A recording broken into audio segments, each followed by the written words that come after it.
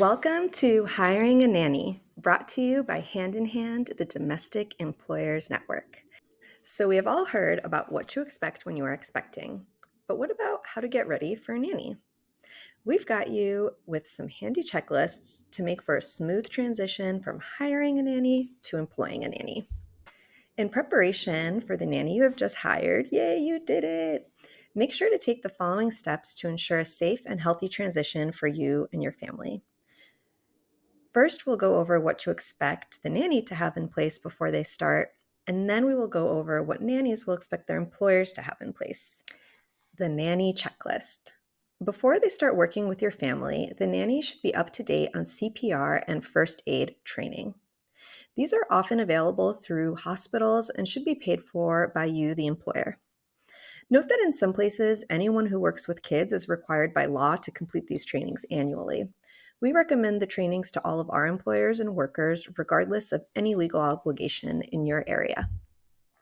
Similarly, a tuberculosis test, also known as a TB test, is often required for anyone working with kids. We recommend it as well. We also recommend you speak with the nanny about following vaccination guidelines. Anyone in proximity to infants should be up to date on their vaccines, as babies' immune systems are not yet developed and need the added protection. Here's a list of the recommended vaccines for adults from the Centers for Disease Control. They include vaccines for influenza and COVID-19, as well as the Tdap vaccine, which protects from tetanus, diphtheria, pertussis, sometimes called the whooping cough.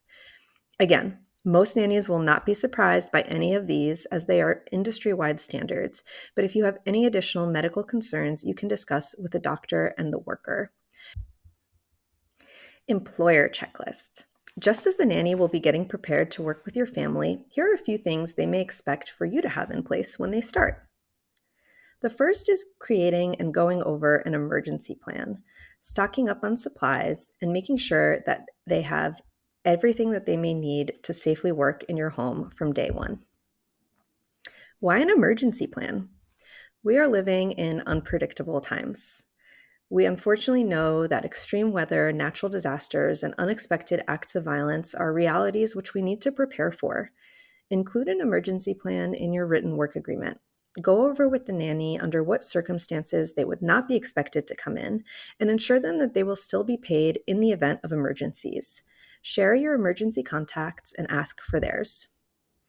Another important preparation is to make sure you have all the supplies on hand in case of an injury or incident. Make sure smoke detectors and carbon monoxide alarms are properly placed and are working. Check their batteries at least once a month.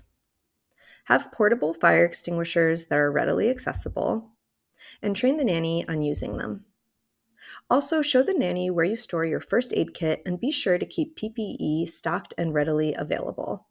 The kit should include various sized bandages, a wound cleaning agent, scissors, splints, tweezers, adhesive tape, and personal protective equipment includes gloves, eye protection goggles, and N95 masks. Everyday home preparation. Your home is now somebody's workplace. Here's how you can make sure it's safe and ready for the nanny each day they come to work. Although this may seem basic, make sure that your home has clean air. Use portable HEPA air filters. These reduce particles from viruses, common pollutants, and allergens, and even wildfire smoke. Finally, be sure to close windows when the air quality is bad. Make sure their workplace is safe from extreme cold and heat. Train the nanny on how to use any heating or cooling devices or how to open and close windows safely. Remove hazards. While most of us take for granted that our homes are safe places, we may inadvertently have conditions in the home that could lead to injuries for a nanny. Some of the most common caregiver and nanny injuries are from falls and excessive lifting, so we need to be proactive about removing potential hazards. Keep outdoor walkways clear. You want to avoid falls from snowy or icy paths. Keep these walkways clutter-free as well. Of course, toys will be out while your child and the nanny are together, but as much as possible, clear clutter inside the home to reduce any fall risk. If you feel like that was a lot to take in one sitting, that's exactly why this online course is here for you on the internet to peruse at your leisure. And I say that in air quotes because as new parents, that's not a thing anymore. Sorry. Additional resources.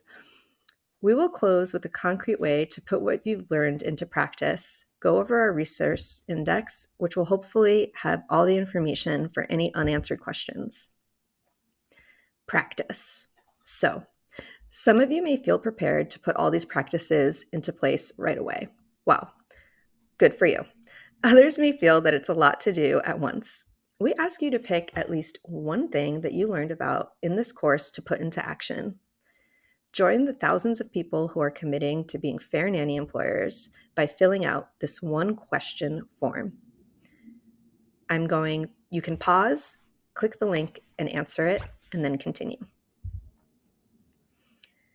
Resource index. Here's a guide to each section of the course. Now I'll provide all the links that I mentioned earlier to learn more about Hand in Hand's organizing work and all of our templates, the sample job advert and sample nanny share agreement and hiring process checklist. In best practices, we talked about more legal and financial resources when we linked to laws and recommendations, updated legislation and campaigns, a sample work agreement in English and Spanish, the MIT cost of living calculator. In Getting Ready for Nanny, we'll link to the nanny checklist, the employer checklist, and the CDC vaccine guidelines. Finally, we also threw in some review sheets and even a quiz that you can take to test your knowledge. Click here to have all that amazing info in one place. And if after looking through all of that, you still have any questions, please drop us a line at info@domesticemployers.org. In addition to providing excellent resources for employment in the home, Hand in Hand also works on policy campaigns centered around the care movement. For more info, check out domesticemployers.org. You can also holler on social media at HIH Domestic Employers on Instagram, at HIH Employers on Twitter, and at Domestic Employers on Facebook.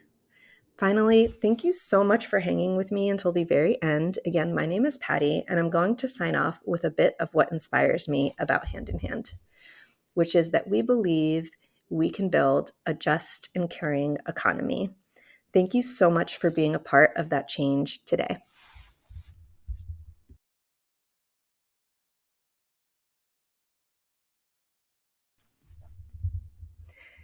We hope you found this information useful. If so, please support our work and consider making a donation at domesticemployers.org/donate.